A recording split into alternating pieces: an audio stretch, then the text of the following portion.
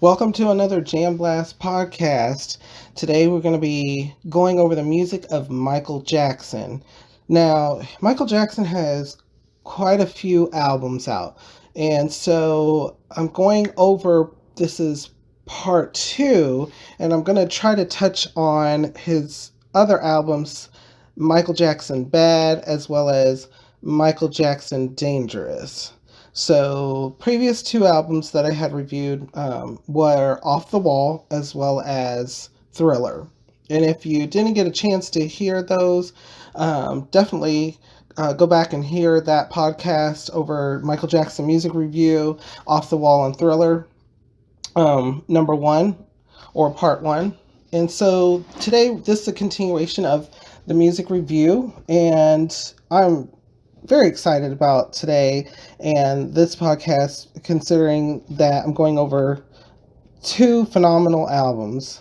The first one being Bad, and that leads off with Michael Jackson's single Bad with a awesome music video. To hear this whole album, including this song, I actually would recommend anything that has a bass, a subwoofer, any type of item that has some type of bass in it that can give you that in-depth of sound. So you don't necessarily have to have the vinyl, I want to say, on his Bad album. I would recommend something though with a subwoofer, because that will help get those deep beats, those basses and those deep beats that are throughout his next two albums. Now, Bad, again, was the lead single off of Bad album, and it was awesome because the music video and the song itself, even though it's like a preemptive to stop an argument, basically, or to show off, kind of like in a good way, to show to be positive towards oneself. The song itself provides enough enough talking about yourself, like prepping yourself up, hyping yourself up in a situation, saying, "Hey, I can do this. I'm bad. I know I'm bad. I know I'm cool. And what's there's a lot of bit of information. There's a lot of very particular information when it comes to Bad, because according to the information that was given on his later releases under like the Bad 25 or the special editions and such, that it gives you enough background that they even wanted to include the artist of Prince. And it was supposed to be a duo song. So it was supposed to be one gang leader or one group leader versus another group leader. And how they resolved their difference, of course, was going to be these awesome lines, as well as dance choreography within the music video. And when Prince heard this song, he said it was already a hit. He said he didn't need to be in the album. He didn't need to be in the track. And so Prince said, the song was strong enough without him being on it. By strong enough, meaning it would be senseless for him to even be on the track, because it was so good. And so I didn't know that they had asked Prince to be on this album and be on this track. And so the music video is set again, where you do have Wesley Snipes is in the music video. He actually plays the gang leader on the other side, or the other group, for the other group. And so you see Michael confronting him, in the music video, that he's being talked about. Michael's being talked about. He's being told that he's not a part of the community, he's not a part of the hood. He's like an outsider. And Michael's like, no, I know where I come from. I know what I am. I know that I'm cool. I know that I'm hip. I know that I'm a leader. And so when you listen to the lyrics, it really shows that. It really tells that. And I wonder what exactly Michael was going through when he was deciding to make this. Like, there's a lot of things that we know of that he was going through, such as tabloids. Tabloids were non-stop. Ever since he started his single career, they just got worse and worse with each album, unfortunately. People going after him, writing false stories or exaggerations and such, to the point where Michael even comes out with the next album cover that we'll get to at a later time that is in reference to all those tabloids and such. So, but Bad, the song, has a lot of bass in it. A lot of bass in it. It's an awesome upbeat song that you'll want to jam to over and over again. It's definitely in my top 10 hits from Michael Jackson. It ranks up there in the top 10. And if you do listen to it, again, I recommend something with a subwoofer because this song is amazing. The next song on the album, oh, and by the way, I'm going over the CD version of the album. So if you have the vinyl, or if you have a 8-track or 8-track, if you have some other version, I'm going over the CD version, which I believe this is the actual technical release version. So, but I'm going over it in this specific order. The next song, which is track number 2 off of the Bad album, is The Way You Make Me Feel. Another impressive song, amazing song. I love watching the video as well to it. It's got Michael going around in the streets and with a very attractive young lady, and he even is talking to her. He's talking to her.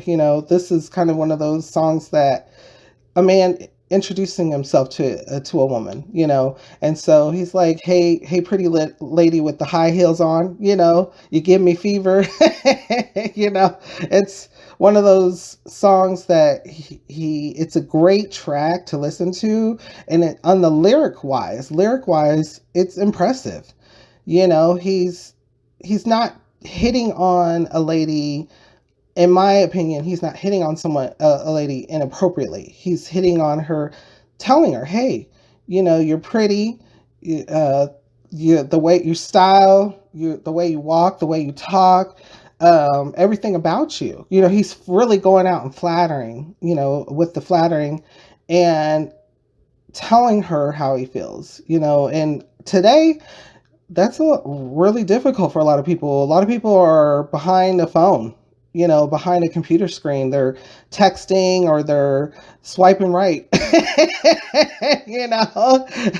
whereas, a cell phone wasn't prevalent, media communication with social media was not prevalent in the 80s and early 90s. So you're having an artist who's talking about the way it used to be, and today, you do have people still hooking up without social media, but man, has times changed? There's heavy social media when it comes to getting into a relationship. So The Way You Make Me Feel is literally self-explanatory. Again, it has very deep bass hits in it. So if you were to listen to the song, I do recommend having something with the subwoofer, something that's going to pull out those bass tones very, very well, so you can hear the depth of the music. Michael sings impressively through this. He gives a little bit of his rock singing, as well as he does hit some higher notes in this track as well. Compared to Bad, he has I believe a few more higher notes, but he still is really strong and his voice and his projection of his singing in his music. And so, if you ever get a chance to listen to the song as well as look at the music video, definitely look at the music video. It gives you a picture, it gives you that concept that Michael had for this song. Very powerful. I love the dance break as well in it. What's Michael's very known for with his choreography, and he shows it especially in the music video. The next track on the album is Speed Demon. Now, this song, it has really, really, really good, how do I say this? It has really, really good flow, especially just the music of it. My favorite part is near the end, actually, after all of the lyrics. And there's that I want to say saxophone, or there's more in depth of that of the music, and it just sounds really cool. you know, um, Speed Demon, it is lyrically talking about wanting to go fast, wanting to drive fast on the highway, and it's kind of a throwback to his a relationship as well. You know, um, so in my mind, I think he's also talking about relationship. The He also has a music video for this. It includes the animation, so him and an animation character. I'm not quite sure if it was believe it was claymation. Bunny rabbit or a rabbit or something, and or was it a camel? I can't remember. But anyways, um, the music video, shows them on a motorcycle, and they're basically, going super fast through the desert and such. And then you have a group of, I want to say, police officers chasing them as well, and some other, I believe, another claymation vehicle as well. I think it was like a 3 or 4-way chase. I can't remember specifically, but the music video is cool. It's more funny and more animated and it brings a different view on this song. Was it necessary to go this route? Hey, this is Michael Jackson's creative. He could go whatever route he wants to. I think it brings humor though to the song. Um, Whereas the song, to me, without seeing the music video, is not necessarily humorous. It's pretty much an awesome song. Like, it's really, really good. Um, and the synthesizer and everything at the end of it, and especially after the lyrics, just makes you want to continue to dance to it. If you do have a chance to listen to this, my recommendation is to listen to it on something with, again, a subwoofer. The whole album gets something with bass in it that you can hear, especially something with the subwoofer. Okay, and the next song on the album is Librarian Girl. So it's track number 4 that's on the Bad album. Librarian Girl is an awesome track. Again, if you have to have something with the subwoofer with the bass on it, because this has a ton of it throughout the music. This song also had a music video. Now, this is another track that had a music video that I feel kind of similar with Speed Demon. It didn't, for me, it makes sense, but it doesn't make sense. The music video has a lot of celebrities throughout it. It's kind of almost like you're watching outtakes. It has quite a few celebrities in it. Lots of people Michael knew, that he talked to, or knew or worked with at one time, or was in relations to business wise. And so, to me, it didn't really go with how I imagined he would put a music video to to it. And I don't believe you even see Michael until the very end because he was the director. It was like he was directing all of all of these different scenes that were happening throughout the music video, which is very interesting. It was a twist. But Librarian Girl includes uh, some Zulu, I think it was Zulu language that was spoken by a lady that they had speak some words in Zulu language and dialect, and so that added to the feel of the song. Um, and the song just really, it's almost like it is a ancient it has that like an ancient feel slash modern feel slash futuristic feel all at the same time. You know, it's one of my favorite tracks that he has. I would place Librarian Girl in the top 10. um and so I definitely would. And if you ever hear the track, definitely listen to it as well as listen to or see and watch the music video, because you'll see what I'm talking about. Like, I recommend hearing the track first, hear the whole thing at least one time, if not twice, and then look at the music, look and listen to the music video, and see, does it kind of match up to you? What do you think? Maybe leave a comment. No, for me, it doesn't hit it. But I don't know if it was because that's the way Michael wanted his music video to be, or if it was just kind of like a creative thing, like, hey Michael, we're going to do a music video for this track as well. And he was like, sure, I have an idea. If I were in his musical realm of geniuses assisting him, I would have said, let's try a different approach. But that's my own opinion. So let's continue through the bad album.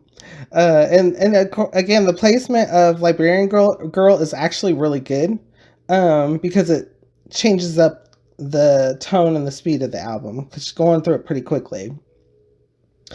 The next song on the album is Just Good Friends, and this song includes Stevie Wonder.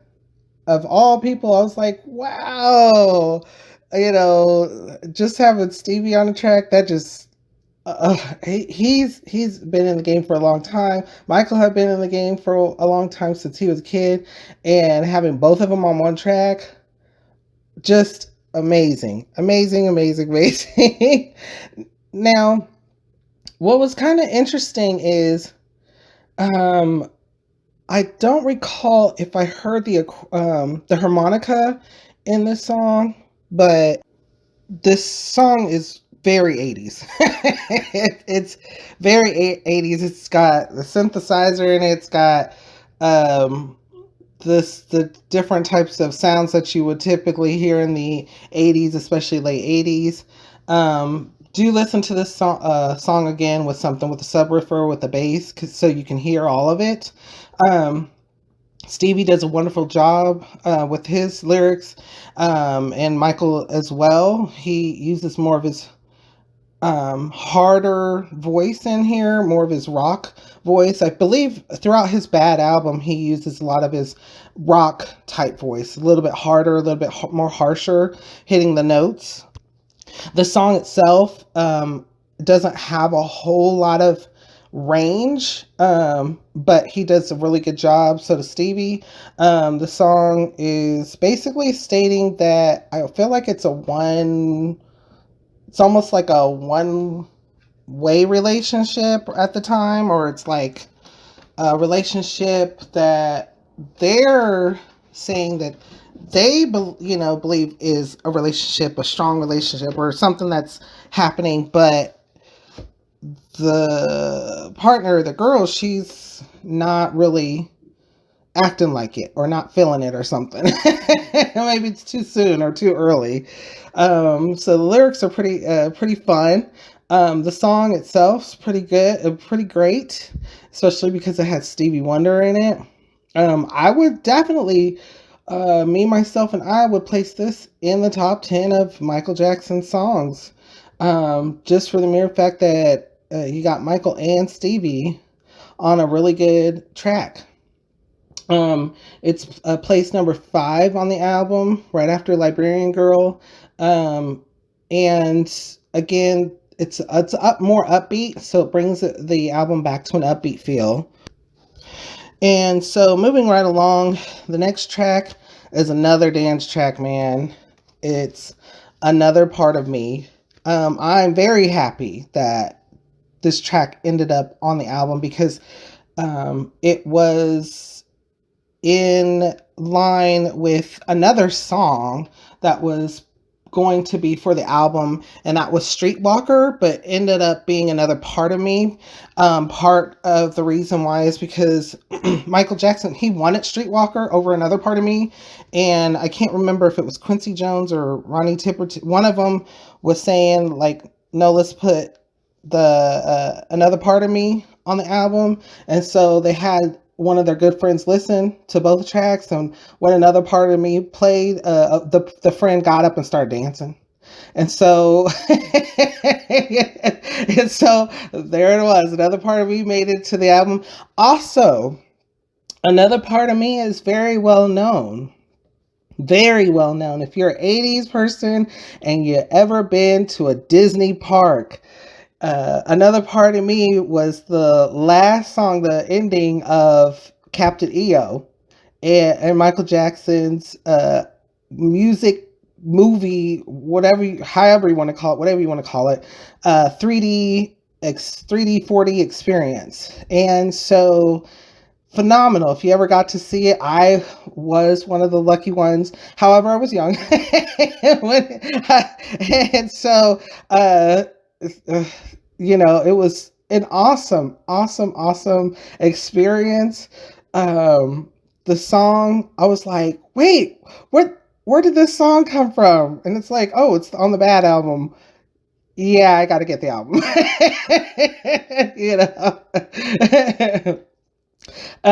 It's an awesome song. It is a party jam. It is something that brings you to your feet. It's got that New Jack swing in it very well. If you do hear this song, I do recommend listening to it with something, again, with the bass, with the subwoofer, so you can get that depth of feel in the song. Michael sings very well, very strong in this song, in this track. Again, it's one of my favorites. I would actually possibly put it within the top 5 even of Michael Jackson's music. Although by the end of all of these reviews, you'll be like, okay, you have like 30 or 40 songs within the top 10 or 5. But honestly speaking, Another Part of Me is a really good track. And again, it harkens to his Captain EO and how that just, with the little creatures and that he had, and just the whole vibe and the feel of it, just very late 80s. I want to say like Muppetry, was involved with it. Just, it's really good track, and really good. If you ever get to see, there is actually no real music video, so you would have to see Captain EO to see any type of choreography or a type of feel for it. The placement of the song is interesting because it's like right in the middle of the album for such a powerful single. So it's, I don't know. For me, I would actually probably place it number 3, but at the same time, it's where it's placed, it keeps you continuing to listen to the album. So it's actually an excellent choice. Moving right along, the next track is Man in the Mirror, and that's another, it's a lower ballad, or it's a ballad from Michael. Definitely listen to it with the subwoofer. It does have, again, a lot of bass in it. It has a music video as well. A lot of the scenes are from his concerts. and it speaks. It has a subject matter in this. It's not, it's very lyrical, and he's trying to talk about the world. He's trying to talk about things that are happening, whether it be justice or community and peace and feeding each, making sure that the poor's feet fed. It's a very, very good song for social justices, so definitely read the lyrics, listen to the lyrics, listen to the song, listen to how he's projecting his voice in it as well. He does a little bit of ballad. He also brings in a little bit of his um, rock voice in here, but he does a very good job just singing it as well without having to bring too much of his rock voice in it. And you hear that because he's able to have um, a more in depth and more control over his singing and hitting multiple notes within a word. I will say that with what's going on today and what's going on right now, social justice songs really need to come back and play.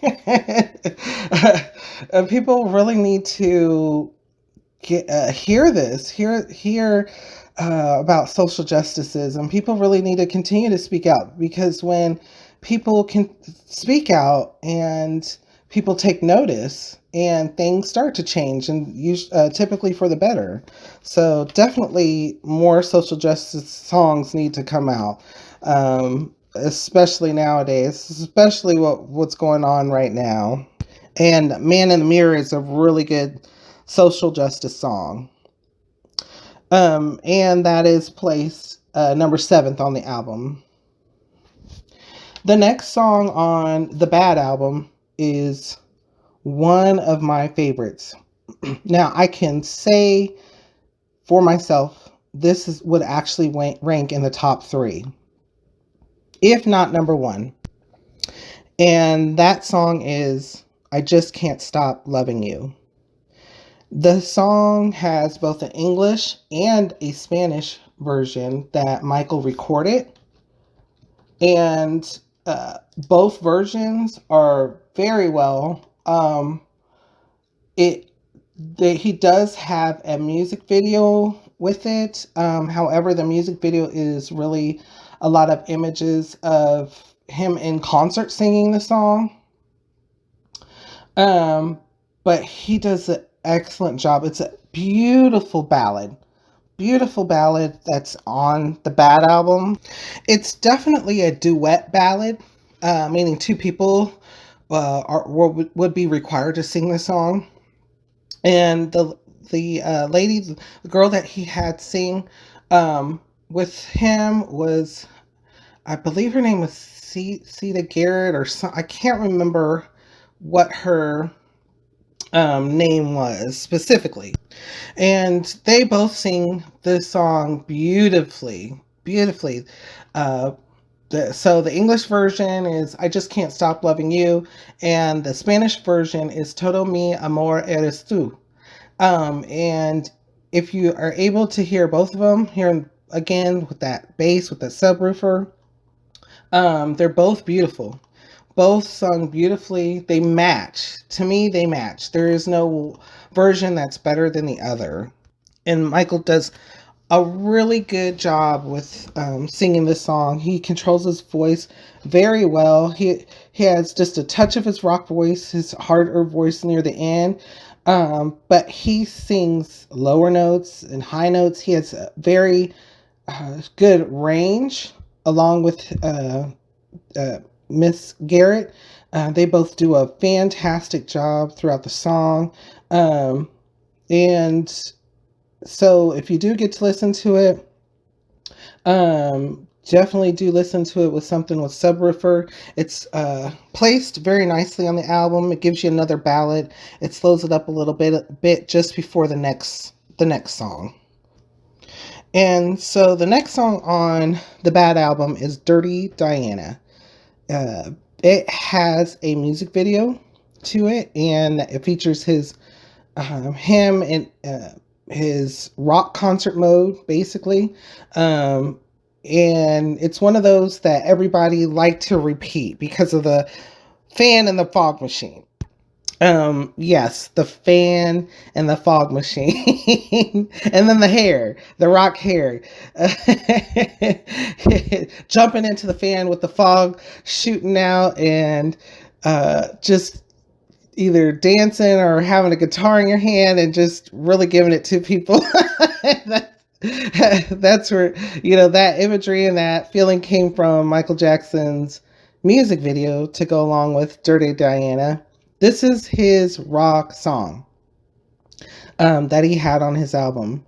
And so he kind of, he had some pop song, he had some R&B with the New Jack Swing, he had some ballads on it, contemporary ballads, and then this is his rock song. This is his MTV. This needs to be played on MTV immediately because this qualified, because at the time MTV was, Michael Jackson was one of the people that they did play because of how popular and well known he was. But they were trying to still, in the 80s, restrict it to only rock bands and rock bands of a particular nature, which we may or may not go over at another time, because this is not a review of MTV. This is a review of Michael Jackson. So if you want to learn more about that and that whole issue, research about MTV and VH1 and their beginning days, and then you'll find out and you'll understand what I'm referring to. So back to Dirty Diana. It's a very awesome song, very awesome rock song, lyrically awesome as well. I think in this song, he's talking about a very strong-willed woman. I'm not quite sure if she's a prostitute or just a very strong-willed woman that is, she gets around and she knows how to get around and she knows what to do to get around and she knows how to seduce. And so he's basically talking about it, I need to be going. I need to be getting out of here. And he's speaking, telling us what she's saying. She's like, you ain't getting out of here. I got what you need right here. So it's a very awesome song that Michael Jackson has on his album. If you do listen to it, it's a rock song.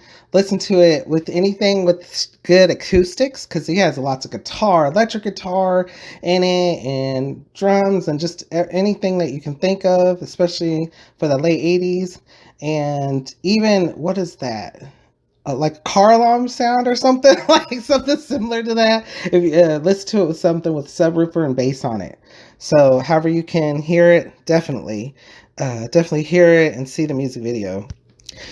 And so the next song on the Bad album is yet another song that is legendary. It's got its own mini movie that Michael did for it, and that included some of his songs on his like his song on his album, and that is Smooth Criminal.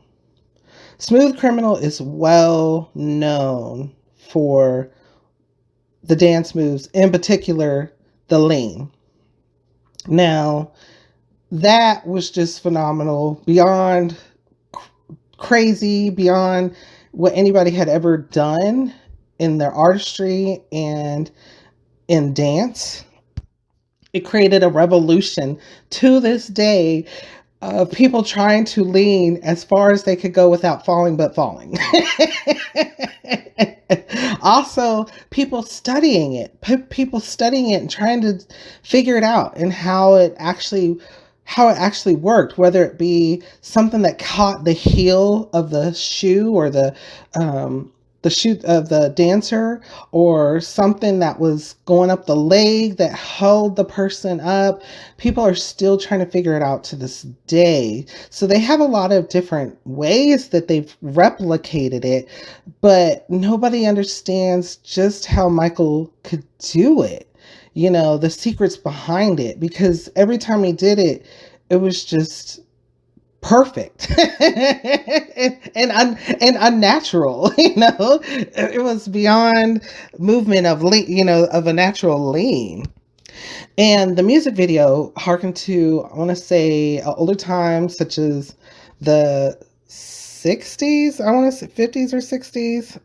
Sorry, I mean the 40s and 50s, like Mafia, harkens to the Mafia. The music video shows him going into a club, like a flapper club, where it was well known in Hollywood, that they would use those as scenes for where mafia lords would go and make deals and such. And sometimes there would be fights and breakouts or shoot ups, at the club, and that's what unfortunately happens in this music video to draw onto the seriousness of the mafia scene.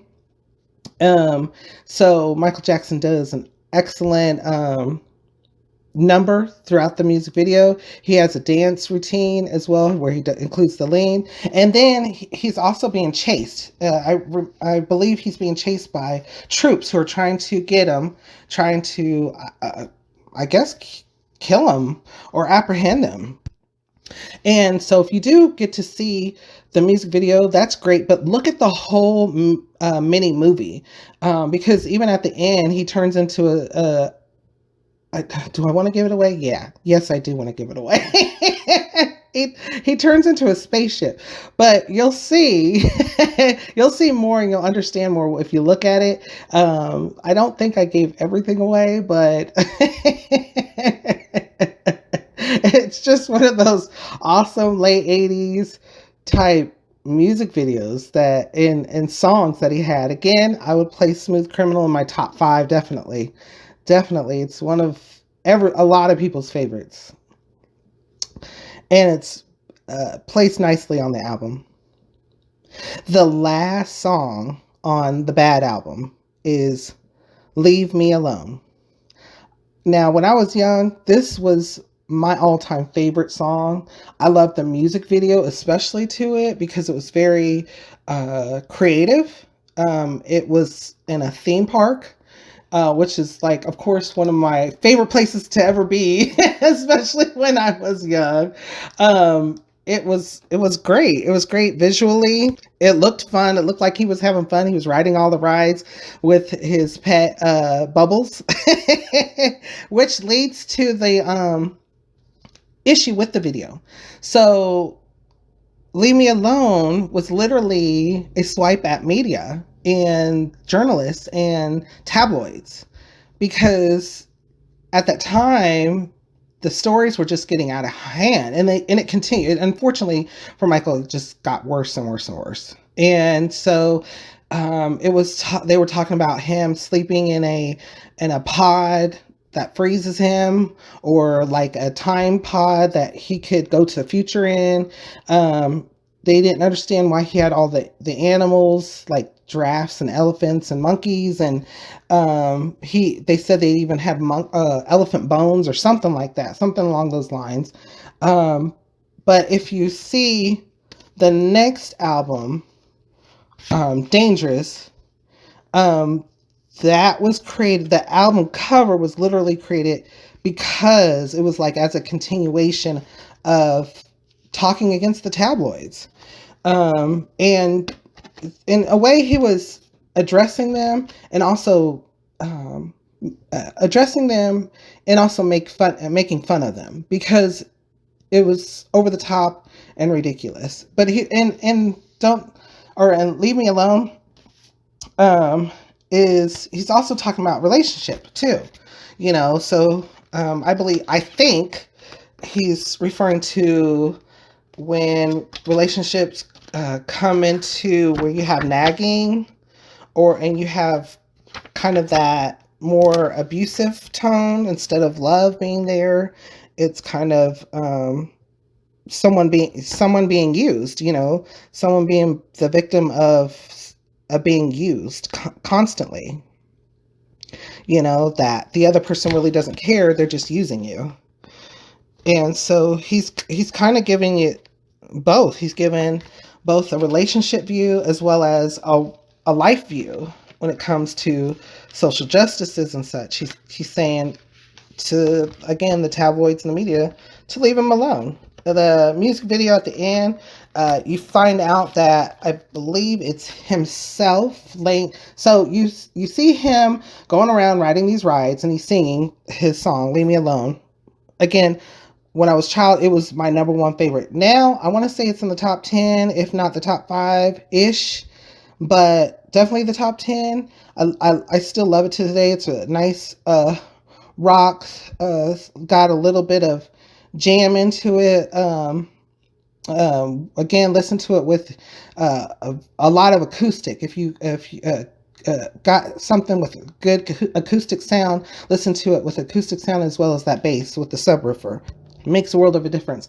But back to the music video, he is going around this theme park, and then you'll slowly notice that these rides are built around a giant, and you don't know who that, if it's a person or what it is, until the very end, where it's actually Michael himself, and he gets up and he ends up, while he was getting up, he ends up destroying the theme park completely. Basically, another imagery on top of that. I feel like he's trying to say, hey, better than this. I'm bigger than this. This can't stop me. These tabloids can't stop me. These lies can't stop me. I'm gonna be a conqueror to this. So visually, it's awesome. The song is really good. It's a fantastic way to end the album that is bad. Now, if you do have some of the later releases of the bad album, it will include the Spanish version of "I Just Can't Stop Loving You," as well as the song "Streetwalker." Streetwalker is a awesome song. To me, Streetwalker is almost like a more modern song that I wouldn't expect him to have, but I do think that if it would have made the album, it would have been really good to have placed either before or after Speed Demon, because I feel like the feel of the song is the same. But there is no music video for Streetwalker. If you do get to hear it, it's a really good jam.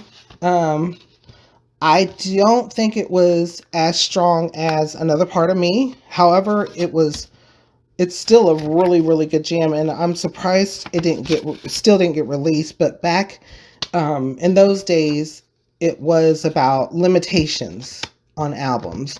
They just wanted a solid album consisting of, 9 to 10 songs, or and that's it. Not up to maybe max 12 songs, just maybe a dozen songs max. That's it, and very limited. Unlike today, where you could have an album consist of 20 plus tracks on it easily, or maybe a double-sided album or double release. Lyrically, Streetwalker reminds me of The Way You Make Me Feel. So it would almost be like a duplicate song. But if you do hear it, it's got a lot of saxophone and band playing in it. It's also really got a catchy tune, catchy chorus to it. Really, really good song. If you do listen to it, hear it on anything with, again, that acoustic sound and bass on it. He also has another song that was potentially going to be on the album as well. And it was going to be a ballad. And I believe the track wasn't completed. He was still kind of going through it, trying to get all the lyrics that he wanted to have on it completed. and so it was mostly complete, just like a lot of his songs. Before they actually made the album, he went and finished it, perfected it, and then it was placed on the album. And so Fly Away was going to be another ballad that was going to be on the as a track on the album Bad, but it didn't make it. And if you do get to listen to it, it's a beautiful song. It's a beautiful ballad. To me, it's a combination between pop and R&B, but it's mostly on the pop side. Um, but Michael does a very good job singing throughout it. He does not use his rock voice at all in it, because he has to hit quite a range of notes. So he has to hit some low notes as well as some high notes throughout. And so if you do get a chance to listen to it, this song has a lot of 80s sci-fi noises in it. It reminds me of like E.T. Times as well. Like, I don't know if this was I think it was in reference to E.T. or was supposed to possibly be added to the E.T. soundtrack or something along those lines. If you have a correction for me, please leave it in the comments. That would be great. But it has a lot of 80s sci-fi elements in it, but it's also a beautiful ballad. If you do get to listen to it with something again with bass again, but it's not necessary.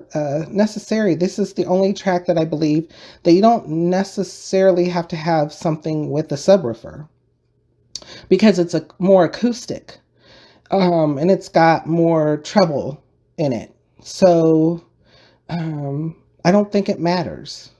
But if you do get to listen to it, or search for it, because I know it's out there, and you'll be able to listen to it online or wherever you listen to music, as long as it's a later release of the Bad album, because then it was included. Now, that concludes the Bad album, which was an awesome album with songs of Bad, The Way You Make Me Feel, Speed Demon, Librarian Girl, Just Good Friends, Another Part of Me, Man in the Mirror, I Just Can't Stop Loving You, Dirty Diana, Smooth Criminal, Leave Me Alone, and then the other tracks, which were Streetwalker, as well as the Spanish version of I Just Can't Stop Loving You, and Fly Away. So just went over that. And what I think I will do, because of the length of time that was spent just on this one album, I think I'm going to push off going over Dangerous until next time. And because that's another album, and I want to make sure that I give enough time to it to go over the songs, especially because there's again some music videos, and there's a lot to Dangerous album. So stuff starts changing, especially during the Dangerous period, that we'll go over at a later time. So I thank you very much for once again joining me on another Jamblast podcast, going over Michael Jackson's Bad album. I do apologize. I know I referenced saying trying to go over Dangerous this time, but I will definitely get to that here quickly on another podcast. So be on the lookout for that. And again, thank you for joining me, Jamblast podcast. Have a wonderful morning, day, afternoon, evening. Good night. God bless.